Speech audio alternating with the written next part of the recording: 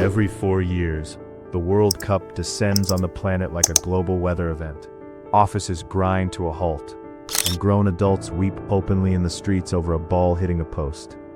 And in the middle of this collective fever, there you are, completely unbothered.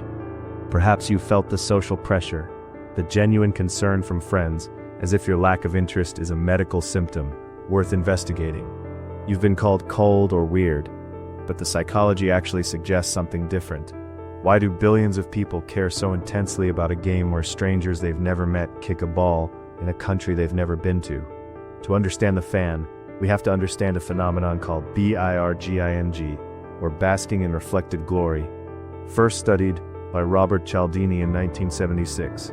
He found that students were significantly more likely to wear school colors after a win than a loss, even if they didn't play or coach. Proximity to the win felt like ownership of it. It's a tool for managing self-esteem. When the team wins, we say we won. When they lose, the language shifts to they played poorly. The ego quietly sidesteps the wreckage. If you're the person who feels nothing during a final, it's not that you lack a tribal instinct. It's just that you've built your scaffolding elsewhere, in a career, a creative community, or a friend group where you feel genuinely known. There is also a neurobiological component at play. For a deeply invested fan, a match creates a state of sustained anticipation.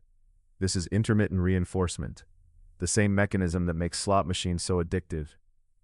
The reward circuitry fires not just for a goal, but in the uncertainty of whether one will happen. But here's the catch. The hook requires a prior attachment. Without identifying with a team, there is no stake. To you, watching the World Cup doesn't feel like a high-stakes drama. It feels like watching a coin flip for 90 minutes. We're often told this fandom is an ancient, hardwired instinct. But the version we see today, feeling personal grief over strangers on a screen, is extraordinarily new. This parasocial attachment only became possible with the rise of mass media in the mid-20th century. Researchers Horton and Wool noted in the 1950s that television was creating a one-sided emotional relationship with no historical precedent. In many ways, the person sitting unbothered through a final is actually closer to how humans were built to respond for most of our history.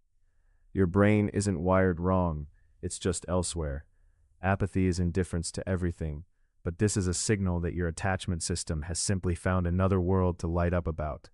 If you find your focus slipping, or your brain treats stillness like a threat, I've linked a bundle of 7-day guides in the description for sleep, focus, and dopamine. Each is built around daily action rather than just more information. For more deep dives into why we feel the way we do, subscribe and hit the bell.